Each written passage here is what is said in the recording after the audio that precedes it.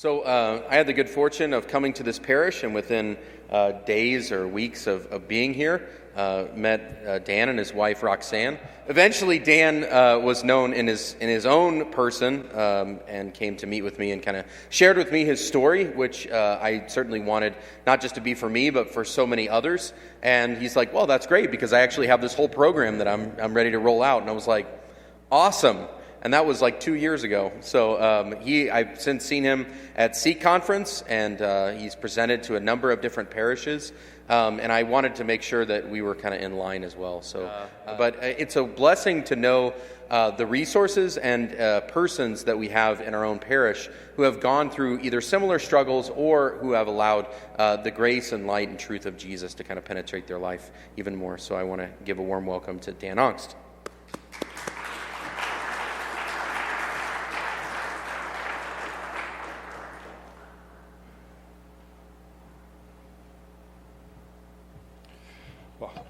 Good evening, everybody. I want to also start with a short prayer. We do a Hail Mary on top of others here.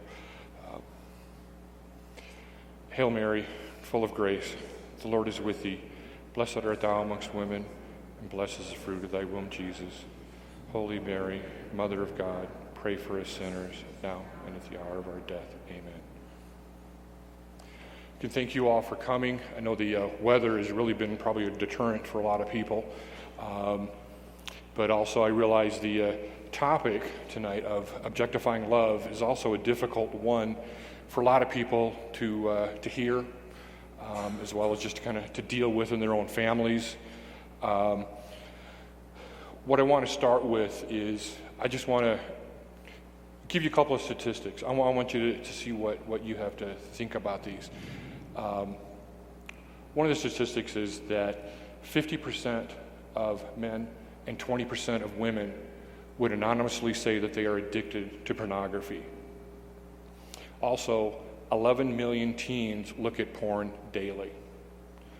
Now, is anybody surprised by this? Just if anybody, okay. One of the things I want to ask too with this is, and what a lot of people don't know, what do you think is the average first age of exposure to pornography? Just anybody, just say what you think. 12, 8, 10? Okay. That's actually pretty close. A lot of people would say, 14, 16, and whatever, but, fortunately more people are getting more privy to what the facts are with this and understanding what the exposure of their children are to this. The truth is, for the most part out there, the average person has no idea of the actual impact of pornography and how it's affecting our society and culture. Tonight, I'm going to share with you that in one way or another, all of you are affected, whether it's grandparents, parents, husbands, wives, children, single, married, etc. Whether you're involved or not, it's shaping our culture and it's shaping a lot of the things that we face and see. For the most part, tonight's talk is going to be in three main areas. Why porn is so popular today, and what's happening with it in our culture, and some truths about pornography and its effects on us. Also, how is it impacting you, your loved ones, and what does this represent? What can you do about it? That's the third option. What do you need to do about healing, education, and prevention?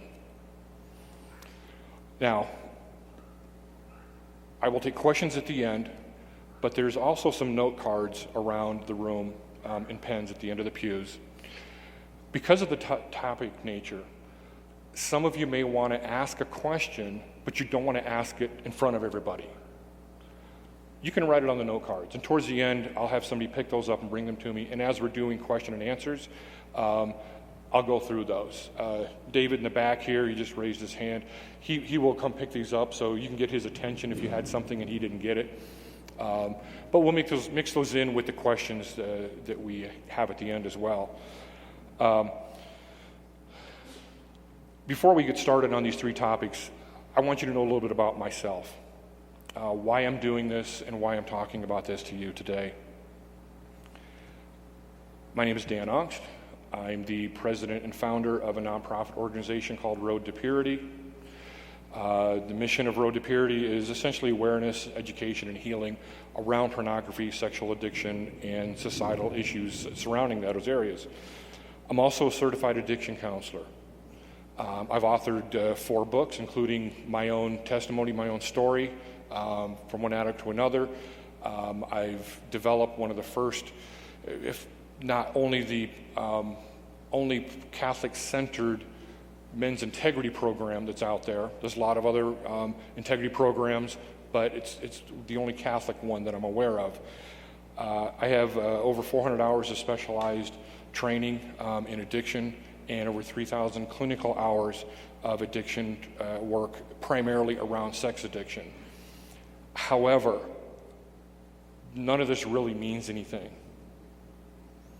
The most important thing that I have to tell you for this topic tonight and why I am here doing this is that I am a recovering sex addict. I was addicted for well over 30 years, and I've been in recovery for over 10. I was involved in pornography from about 10 years old. Now granted, yeah, this is a long time ago. This is over 40 years ago, 45 years ago, and it was 10 years old then it was my first exposure. It continued on, introduced through some friends. I think it got a Playboy magazine from his dad's room or something like that. It's kind of how it used to go back then. And for me, it progressed to massage parlors, affairs, prostitution, kind of the whole gamut. I could only imagine where I would be if, at that age, I had access to a phone that I could get porn on with a press of a single button, like kids can today. That would have been devastating, as if what I hadn't seen and been through was enough. I can testify to you the factual, clinical, and statistical truths about pornography use and addiction. But most important, I know the firsthand the personal and family devastation of this behavior. I've lived through it, and now being on the other side, I can share that it kills me to know the pain that I caused my wife and my family through this. Fact is, pornography is the number one factor in divorces today. It is destroying individuals and families like wildfire. Whether in casual use, compulsive nature, or full-blown addiction, pornography will destroy a person and their soul from the inside out. Pornography use is not like drugs or alcohol. You won't see slurred speech or impaired physical functions. You won't smell it on someone's breath. It's much more transparent and silent. The signs in most cases are not obvious, but the results are eternally fatal. Many of you here today, many of your children, many of your family members are struggling with this behavior. Just by pure statistics alone, the number here, it has to be true. Maybe you know it, maybe you don't. Like I said, it's silent. I can tell you that I know the personal emptiness, the isolation and the abandonment, the self-hatred and emptiness that anyone going through this or anyone involved in this feels. In my recovery, I discovered that the authentic truth of sexuality is hidden in our culture, hidden by lies of false intimacy and false relationships. This truth is hidden by a selfish version of sexuality and relationships. It promises fulfillment, but it never actually delivers, which brings us to our first topic. If it doesn't deliver, why is it so popular? To get a complete understanding of this, to really kind of paint the picture I need to give a contrast of what is authentic sexuality and lay the foundation, just a few minutes, of God's plan of what authentic sexuality is. I'm going to share a very stripped down, simplified version of some theology of the body information. Bottom line is all people, everyone should know God, the authentic God-given plan for sexuality. The real reason for this is that at its root, pornography is a spiritual disorder. And Genesis reveals that man was created in the likeness and image of God. And it continues on to say that he created them as male and female. Now, this is two options. It's not 10 or 20, as many college applications would have you believe, and it's not 50, as Facebook would suggest, but two, and only two. Now, if we take this information as well, and we look at the likeness and image of God, we have to bring in how the Trinity comes into play. The Holy Trinity, as we know, as Catholics, and I assume most of you are Catholics, those that you aren't, well, you'll learn something, or maybe you already know this, depending on where you follow your faith. Holy Trinity is three parts, one person: Father, Son, and Holy Spirit. A theologian kind of once explained it to me in this way, that God, out of his infinite love, emptied himself to the Son. And the Son, out of his infinite love, emptied himself to the Father. The overwhelming expression of that love resulted in the Holy Spirit, the third person. This is three parts, one person. Okay, I think most of us get that simplified. And Scripture reviews that the human experience of man and woman in holy matrimony are joined as one. Now, you're married, you're joined as one under God. Man, woman, husband, wife, under God. That's three people. One person, all joined. Now, the man and the woman, husband and wife, as one flesh, if they completely empty themselves in love, with God's will, a third person is created. Again, mother, father, child. Another image of the Holy Trinity. The marriage, the family, is all images that replicate the Holy Trinity in a way. They resemble it as our image of God. Now, what we need to acknowledge too is, for humans, sex is the mechanics of this emptying of a man and woman to each other. So it goes to say that sex is the foundation of our existence. We wouldn't be here without it. None of you would be. Your parents wouldn't be here. All the generations, thousands of years, we would not exist without sex. It's how we are created, with God at the center. Now, another way to put this in perspective, Dr. Janet Smith, who's the chair of life and ethics at the Sacred Heart Seminary in Detroit, she's quoted as saying that sex is for babies and bonding. The intense pleasure is part of God's plan for authentic sexuality. God makes sex pleasurable for a reason. He wants us to engage in it. The misconception that sex is bad is just that, a misconception. But it's got to be in the proper format or in the proper situation as God designed it. And that's where we come to fall. And since sex is the foundation of our existence, it makes sense that God would make it pleasurable. He wants us to engage in it. It expands his kingdom as we expand our lives and our existence. God created us to love and be loved. Since sex is a good thing, we also see that Bible, in the Song of Solomon's, there's a lot of bridal imagery of loving and being loved, right in the Bible. And since sex is an expression of our love, it is not an end in and of itself. This perspective is kind of where the general society is commonly misunderstands what this is about.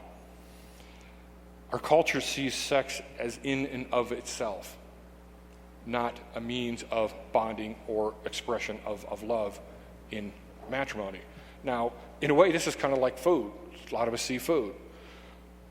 Our culture, in a lot of ways, doesn't see food as just a source of nutrition or for survival. It's an end in and of itself, meaning That's what they want. There's no purpose in it other than just enjoying it. Well, we can also understand that in that situation, that expression is not transparent. I mean, look at me. It's not transparent. So God created us for intimacy as well, for union with him and with our spouse. And in the bond of marriage, sex is meant to satisfy this earthly expression of his plan. And prayer is the supernatural expression of this plan. We can also look at, God created us. He created humans. Okay, well, look at the biological design of what he did, the masterpiece of who we are. Our biological design shows that sex is pleasurable by the chemical cocktail, if you will, that's generated when we engage in arousal and relations with another person, with our spouse's, intention is supposed to be. During that engagement, there are chemicals like dopamine, vasopressin, testosterone, oxytocin, and tons more that all bring to make the whole experience what it is. In fact, the scientific community has nicknamed oxytocin, one of the drugs, as the cuddle drug. They see that when that chemical is dumped in the brain, there's an urge to cuddle with your partner. Now, unfortunately, we live in the world, and it's not all just God. We've established somewhat the foundation of authentic sexuality, but we need to bring in the negative part, the spiritual warfare part of it, and what's happening to all of us, namely our enemy, Satan. Now, Satan hates God and all that he creates, especially humans. I mean, God is within us and resides in all of us. He hates that. Now, hold on to that thought for a moment. We must also recognize that we as humans, without exception, are emotionally wounded or broken at some level. Some way more than others, some a little bit, depending on childhood and a whole lot of things. There's feelings of inadequacy, insignificance, worthlessness, and emptiness that we all experience at some level. These wounds are manifested by our parents, peers, siblings, co-workers, teachers, etc. They cause us to put up interior walls and interfere with our ability to experience the union of intimacy that God designed us for. All of us experience these feelings at some level, whether we want to acknowledge them or not. These feelings from an early age begin to shape our identities and our behaviors. This unfortunately leaves the door open for the enemy presenting us with lies on how to fulfill the need for intimacy and connection with offering these different methods of false intimacy.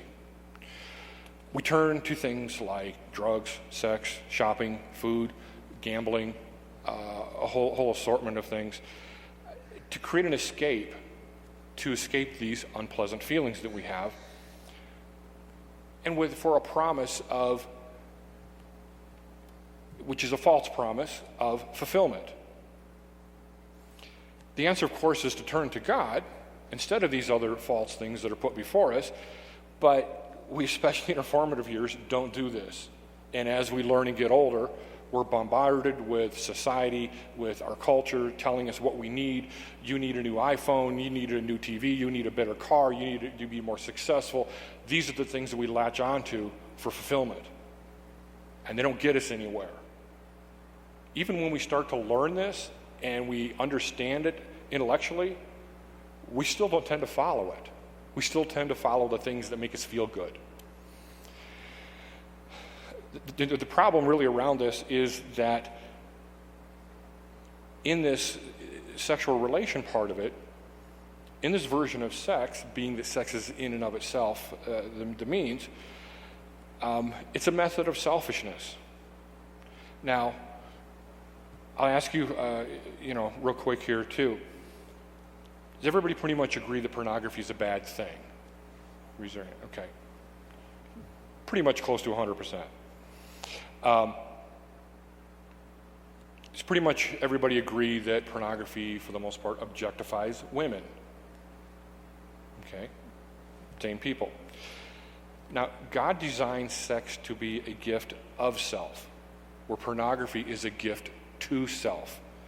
It's a complete turn. As Dr. Smith said, it's for babies in bonding, right? And experiencing and expanding the kingdom of God.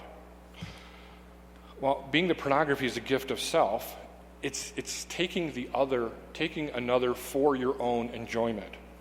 This by design denies the human dignity of both men and women. The lie of pornography also is that people don't understand the damage that it causes. The general misconception as well that you probably hear all the time is it doesn't hurt anybody, it's just between me and the computer. Have you heard that? Now, it's clear in Scripture, Jesus said lust is adultery, right? Well, pornography is, for the most part, a lustful act. So it's obvious that pornography is adultery. Luke Gilkerson of Covenant Eyes, maybe you heard of the organization, is quoted as saying porn is a digital prostitute. Guys will say porn is natural. We all do it. It's no big deal. Well, this is also where the enemy takes over. It takes this truth and perverts it. Sex is natural, but pornography takes the natural beauty of giving of self to our spouse and being open to the possibility of creation and perverts it into a selfish act that destroys souls. The simple perversion converts creation into destruction. It's almost just a subtle twist, and that's how our enemy, he doesn't recreate a whole big thing. He'll just take something that God created, twist it, and make it destructive instead of creative. The basic understanding of this helps us to see why porn is so popular.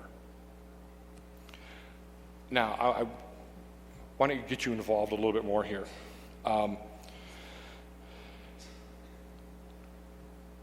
We all agreed that porn is, bad, sinful, it objectifies women, but there's so much more to it than that.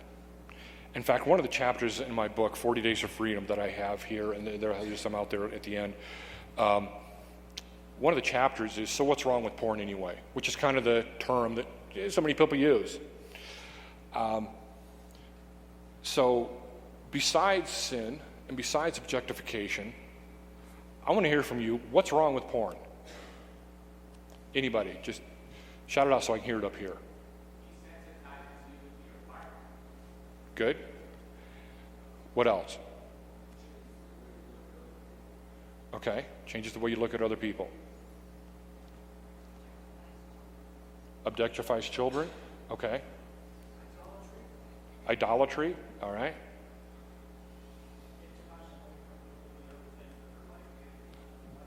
Right, takes time away from other things that are life-giving. Yeah.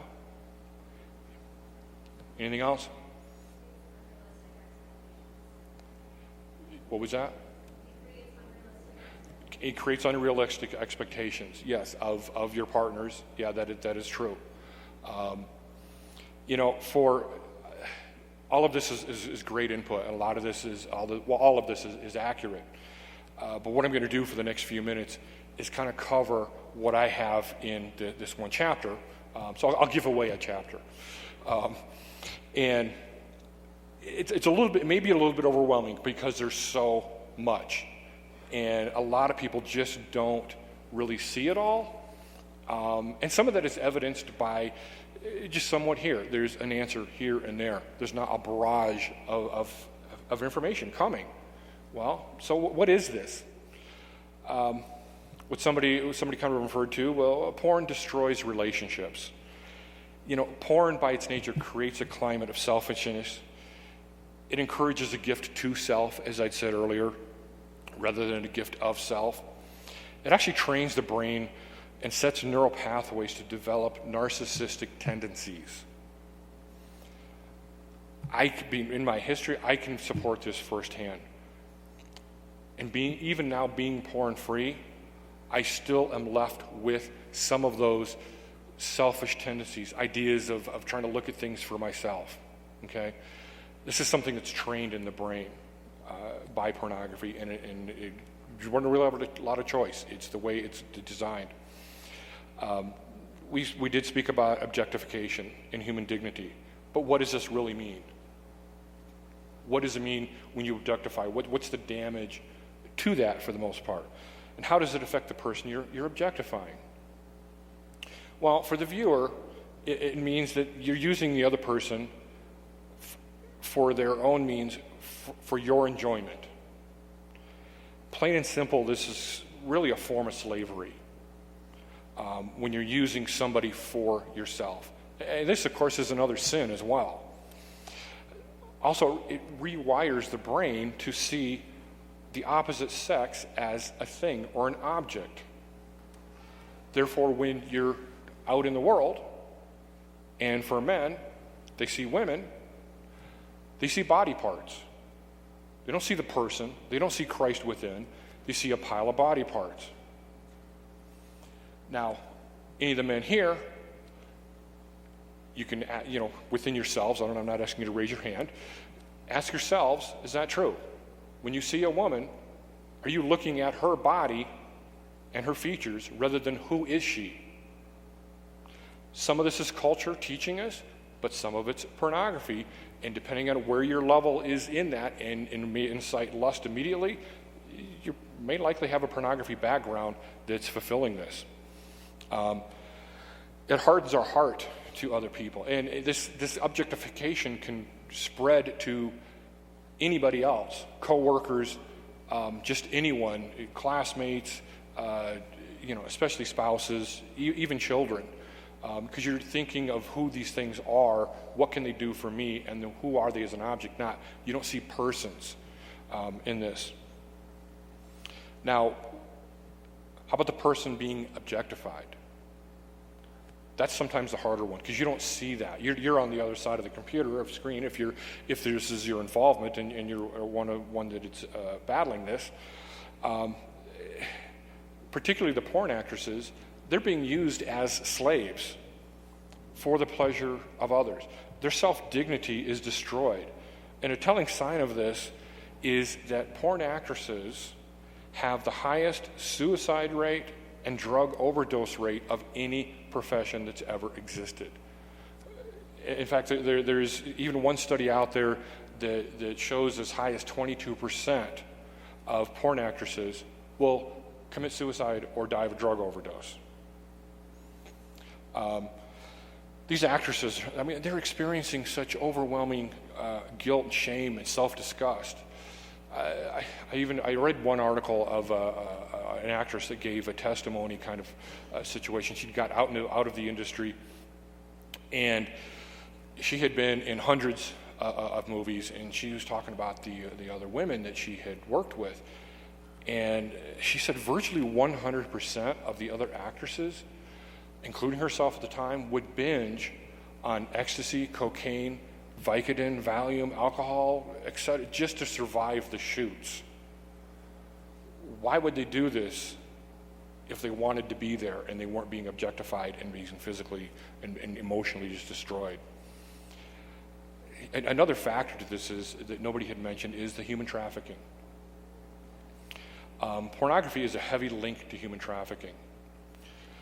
The Polaris Project, which is a nonprofit organization that advocates for anti-sex slavery, reported that in the last year there were over 10,000 trafficking victims in the U.S. that were rescued as a result of their hotline.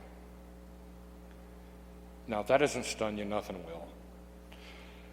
Also, porn is a dress rehearsal for prostitution. I can testify to this too. I told you that's where it had gone. And we're not talking about East Colfax girls. There's dozens and dozens of internet sites which are actually like online shopping for prostitution. Now, many of us have heard of the feds shutting down Backpage.com. That made the news. Or getting rid of certain pages on Craigslist. That didn't even scratch the surface. I'm not even sure why it stopped there or where it was going, but it was nothing. This Polaris project as well will report that there are approximately 9,000 illicit massage parlors in the U.S., and many of these have these trafficking victims in them. Now, numbers will also suggest that there are approximately 200 of these massage parlors in Denver. I can, from my background and my knowledge and my history and so forth, I see them, I can recognize them, and I can pretty much substantiate that that's probably pretty accurate. In fact, probably nobody even realizes that there are at least 3 of these within 2 miles of where we're standing right now. Besides all of this, even without all the societal effects, there's a whole bunch of just effects physically and emotionally to the user that they don't even recognize. Things like depression, isolation, anxiety, erectile dysfunction, reduced IQ, shrinkage of the frontal lobes of the brain, and decreased self-confidence, just to name a few. And what's worse is that pornography is highly addictive. People don't understand how addictive it is for the most part. Dr. Donald Hilton, who is with the American Board of Neurology, has stated that pornography is as addictive as cocaine and heroin. The only problem is it destroys your soul rather than your bodies. By the chemical nature of it, it's progressive, like cocaine and heroin and a lot of other drugs. You start using, pretty soon you need more of it, more frequent of it, more intensity, riskier behavior, just to reach the same pleasure levels that you started with. And again, my 30-year experience from just pornography, Playboy magazines, to prostitution, reflects that. Now, Mother Teresa once said, "The most terrible poverty is loneliness and the feeling of being unloved."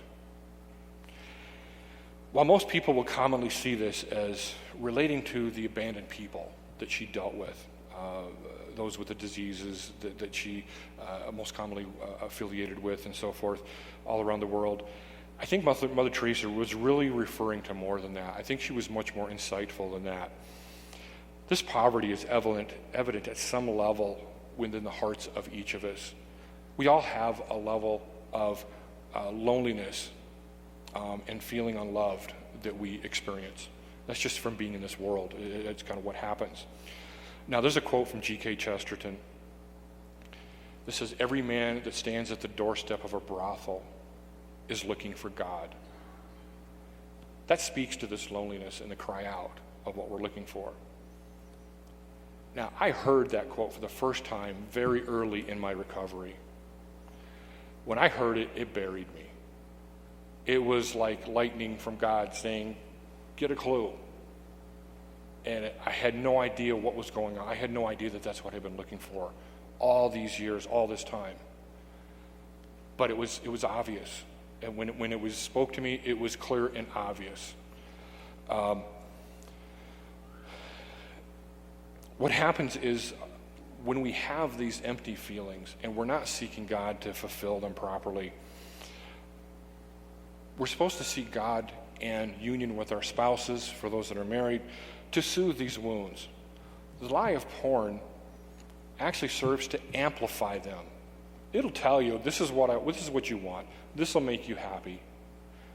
But it actually amplifies these feelings and these wounds instead. The unintended result is that our personal poverty actually explodes, is not soothed. The experience then creates a downward spiral that also adds a feeling of helplessness and being out of control. In a full-blown addiction, a person cannot just choose to stop. They are out of control. That is the definition of addiction for anybody that has any type of clinical background with this. Now, again, I'll share another story with you that kind of speaks to this. I'm a Catholic convert, and I knew during this time in my life if I would visit a prostitute and then die before I had a chance to go to confession, I would go to hell. And I knew this full well. And I would do it anyway. I was playing Russian roulette with my soul. That is the true meaning of helplessness and being out of control. This doesn't happen to everybody, no, but this is where this can go, and this is the damaging effects of this. Porn is the nastiest and most destructive force in our culture today. More people are addicted to pornography than drugs, alcohol, and nicotine combined. But it's secret and it's silent, and we don't know it. It's under the radar.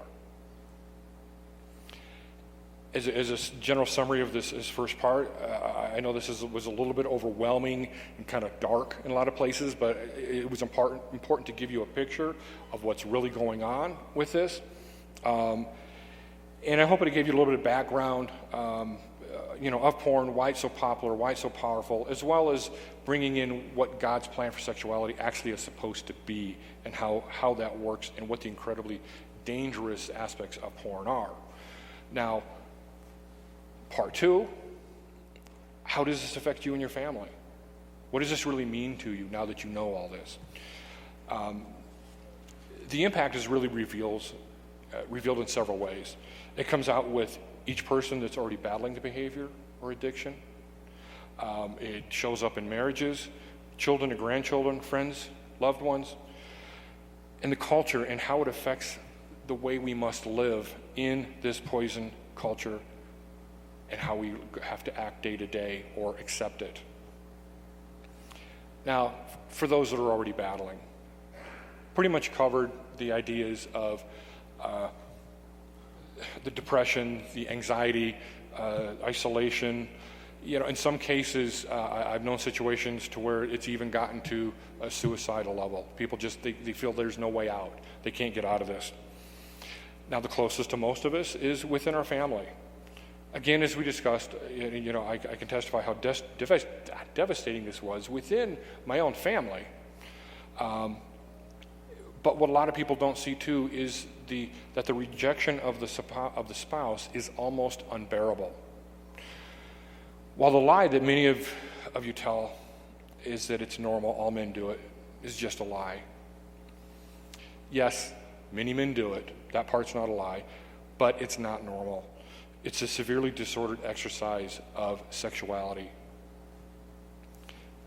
Now, what's the sign of this is 90%, many studies show that 90% of spouses of porn addicts suffer from PTSD, post-traumatic stress disorder.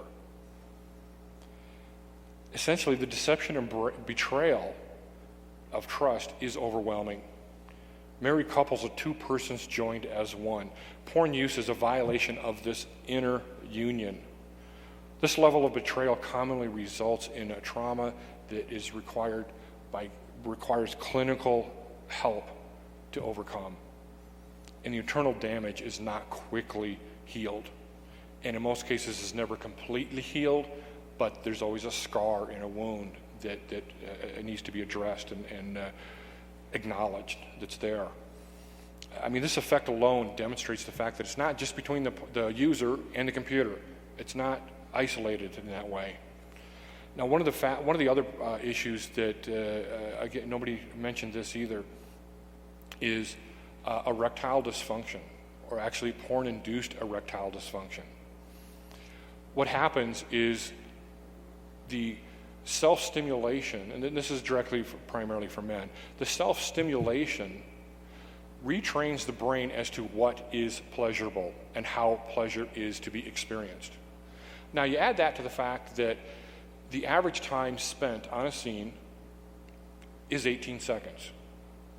They look, next one, until they're finding what they want, That creates kind of an ADHD situation in the brain.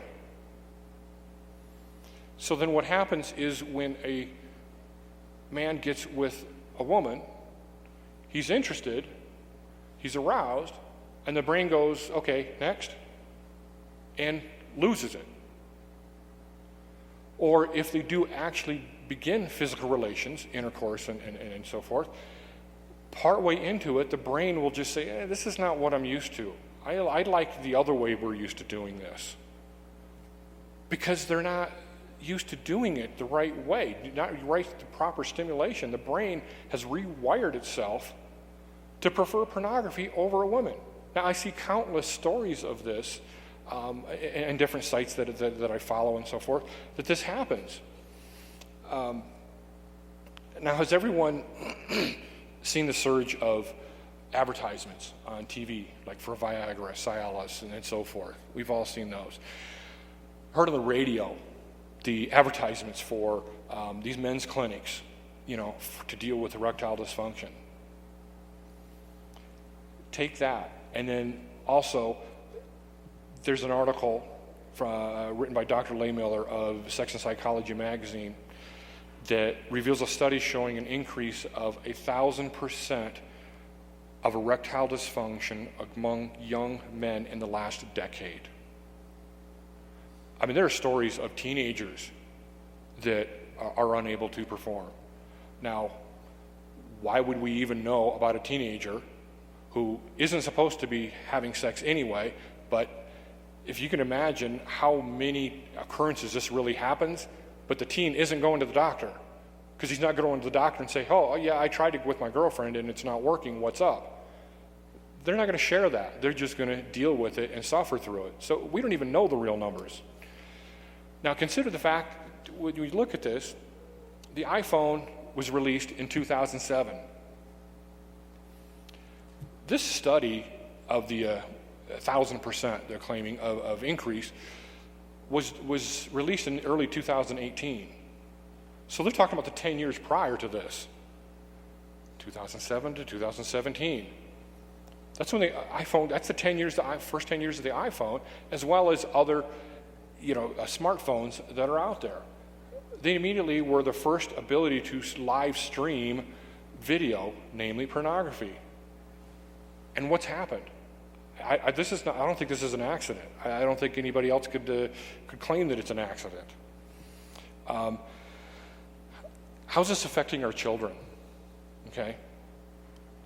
With society indoctrinating our children with casual sex on TV, in the movies, by peers, our children are losing the meaning of a godly relationship with the opposite sex. The true meaning of sex is completely missing in our culture.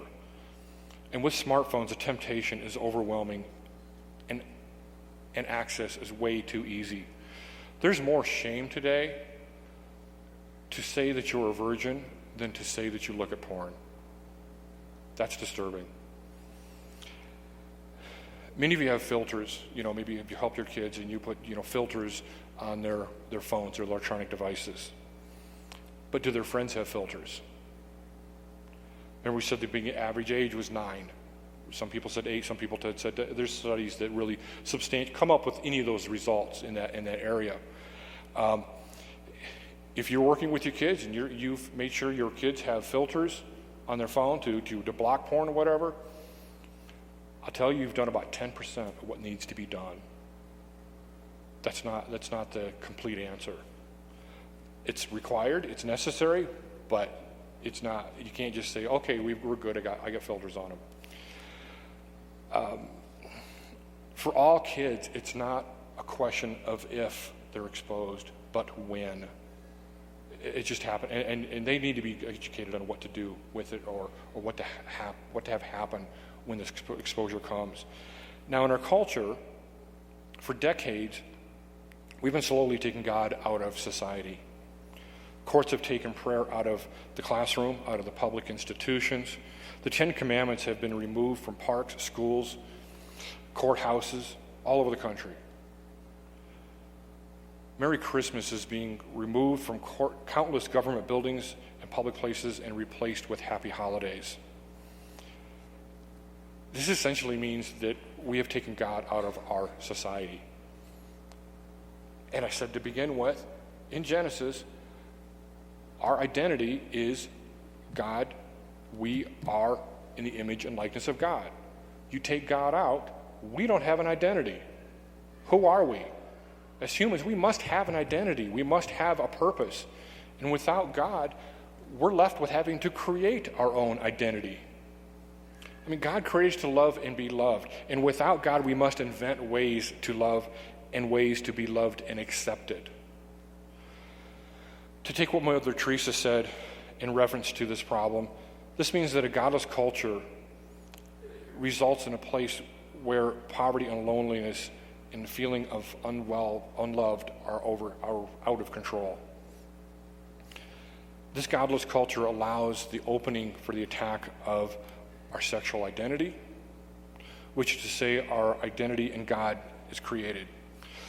This results is revealed in identity confusion, gender confusion, moral relativism, and despite attempts to create and define a world around us is to accommodate the varying personalities, we end up with in defining different personalities as identities and also claiming them as genders.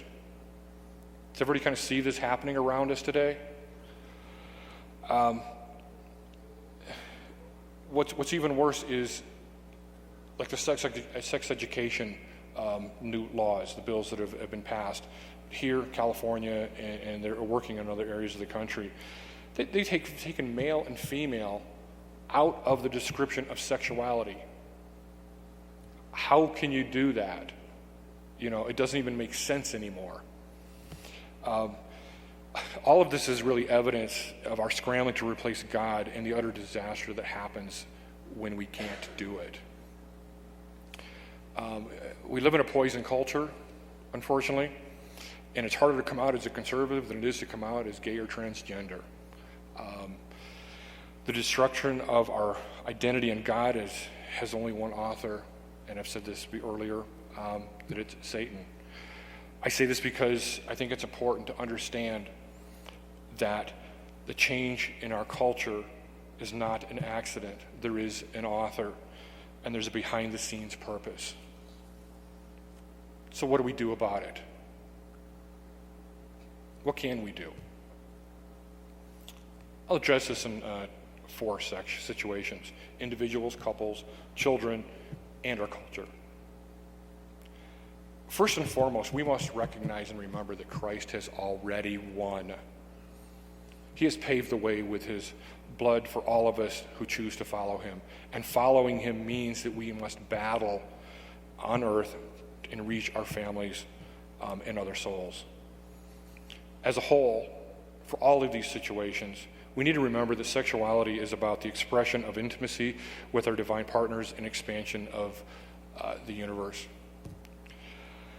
Porn reduces that truth to a single selfish act that one chooses the opposite and chooses the opposite to expansion, and it destroys the soul. There's an absence of deep relationship with Christ in our lives and our society. For every level of this as well, understanding of sexuality, theology of the body is what I talked about. I know that sounds like a big word, like a big complicated topic. It's really not. There are books that are appropriate for toddlers, and I'll talk more about that as well. Now, what do we do as individuals? If you don't struggle with pornography, thank God for the grace that you've been given for that, because you are in the minority. But be educated anyway on sexuality. I know there's situations that at work or with other friends and whatnot that you will hear them talking about today's sexuality or pornography or whatever the topic is, and you know that they're wrong, but you don't know what to say or how to say it or how to articulate it. If you're at least a little bit educated on God's authentic plan of sexuality, it'll give you some ability to at least intelligently speak out to that. Maybe you can't win the argument, and maybe you're not going to convince a lot of these people, but you're going to plant the seed.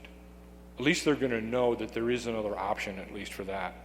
Now, for those of you that do struggle with pornography, take appropriate steps to gain freedom.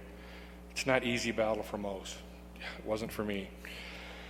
True freedom really requires addressing behavioral, physical, spiritual and emotional factors with the battle.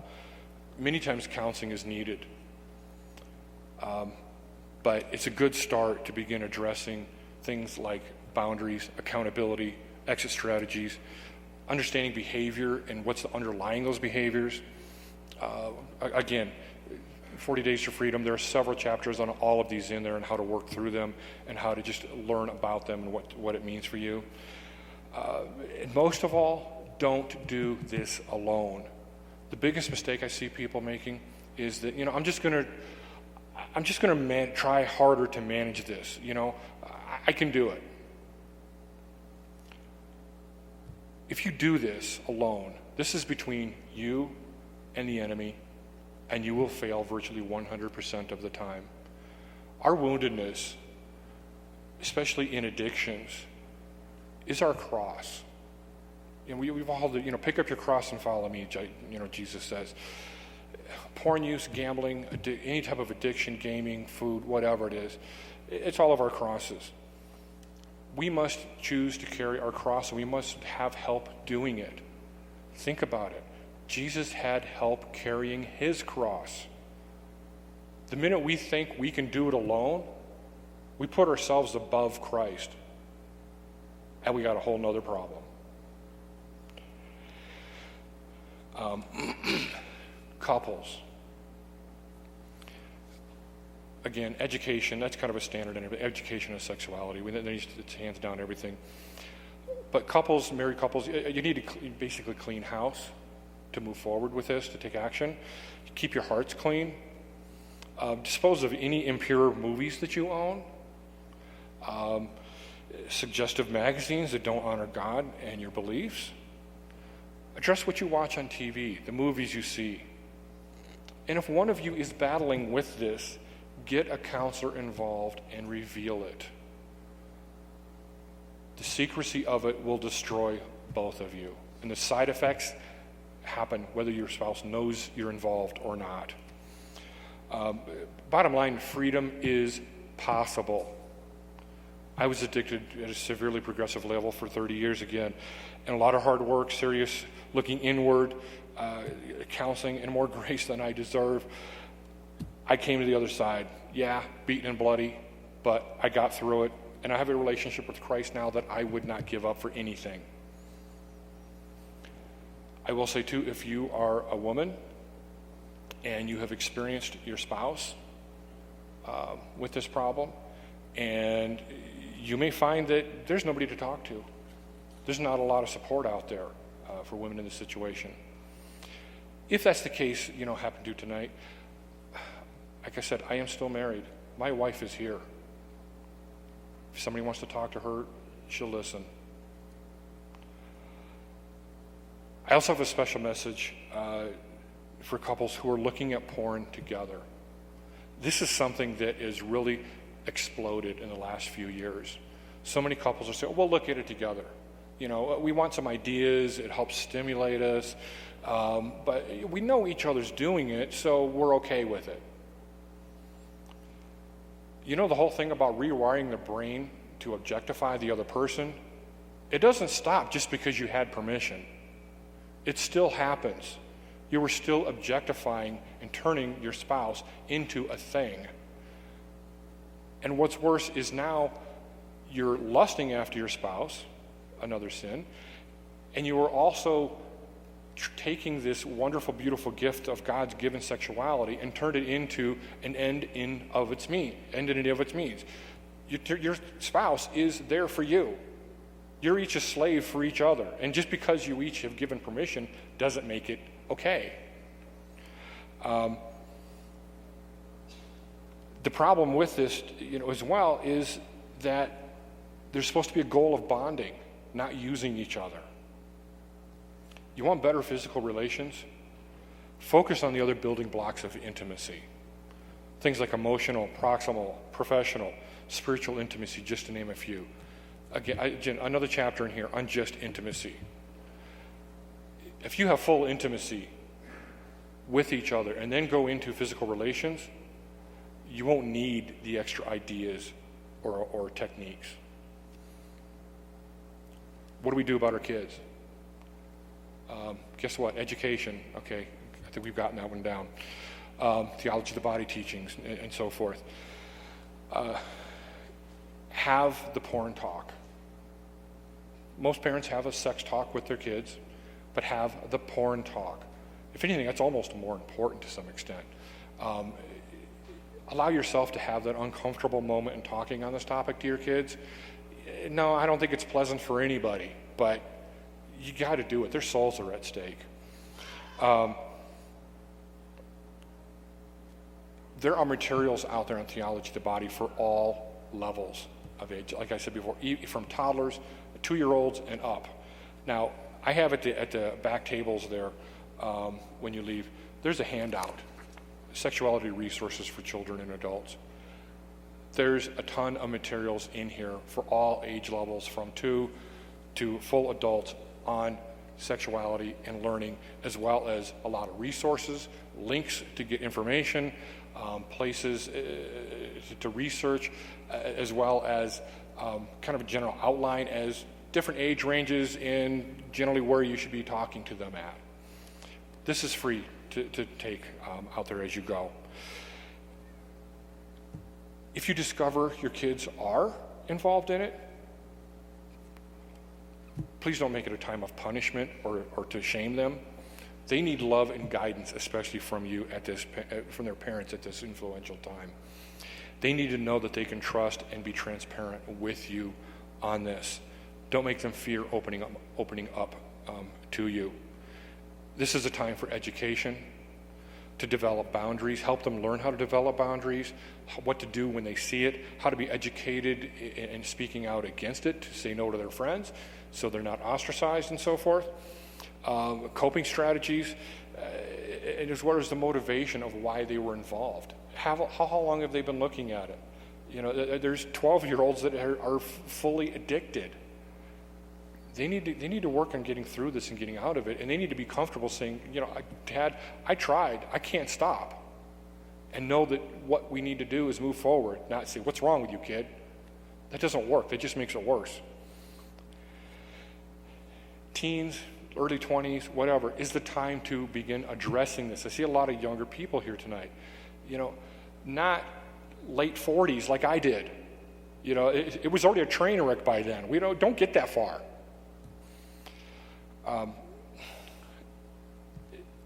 You just have to work on it. You have to be exposed to it and understand it. Really, for generically, is for all of us too. Prayer is the number one weapon. Make it a focus of your daily prayer to include the conversion of souls to a godly understanding of sexuality. People you know and people you don't know. Pray for them. Say the rosary. Mary is the symbol of purity. She's not ashamed. She's tough.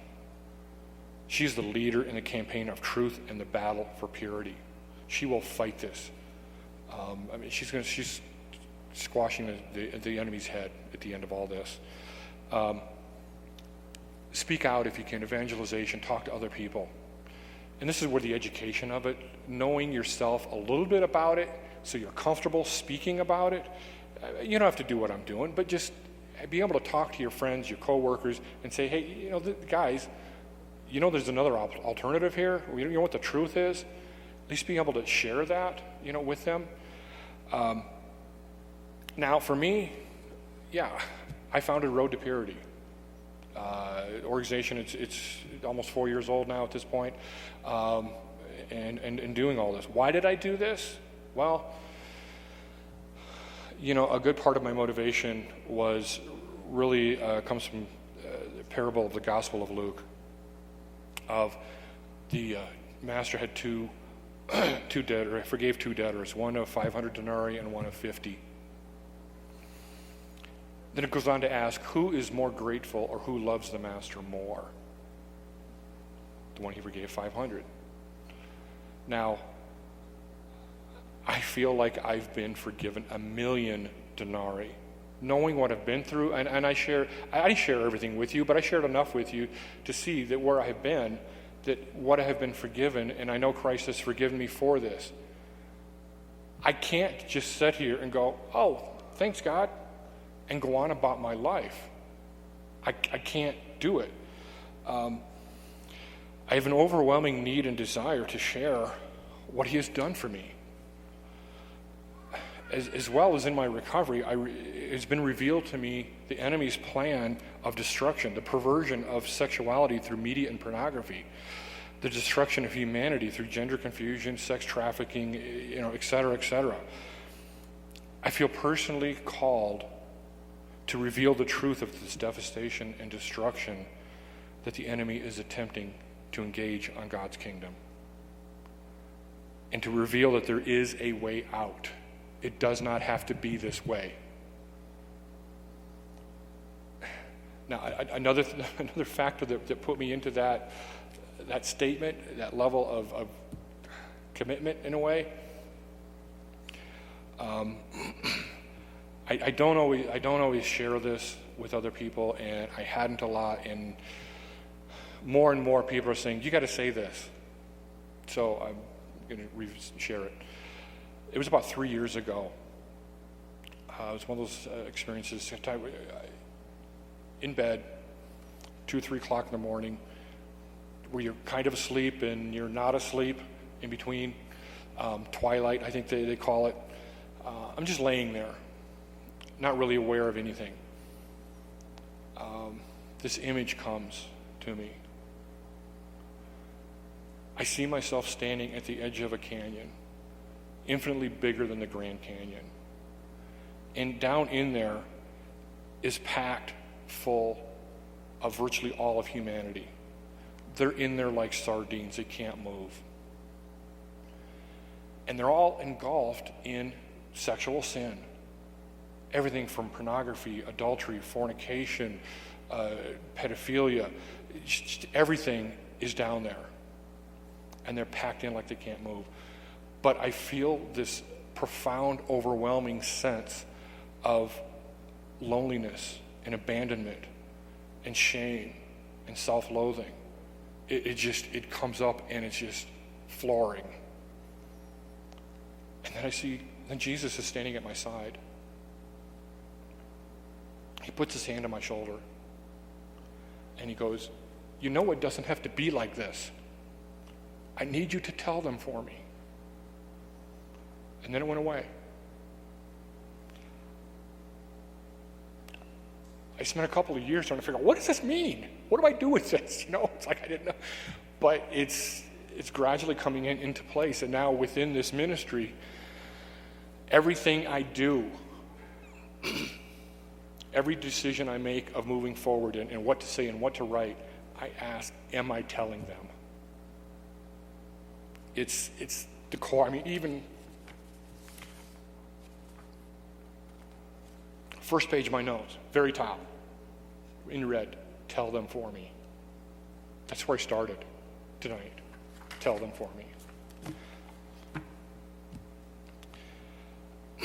Now, quickly summarize, I just basically hope we all have a clearer picture of why porn is so popular, why it's so destructive, and why it's so powerful. And what effect is it happening on our culture and everyone, whether you want it to or not, how it's shaping our world, and in some direction of what we can do about it for ourselves, for our loved ones, for our families. Let's close with another Hail Mary, and then we can. I'll talk to people directly if we want, and then there's information at the tables and books if you're interested. Hail Mary, full of grace, the Lord is with thee.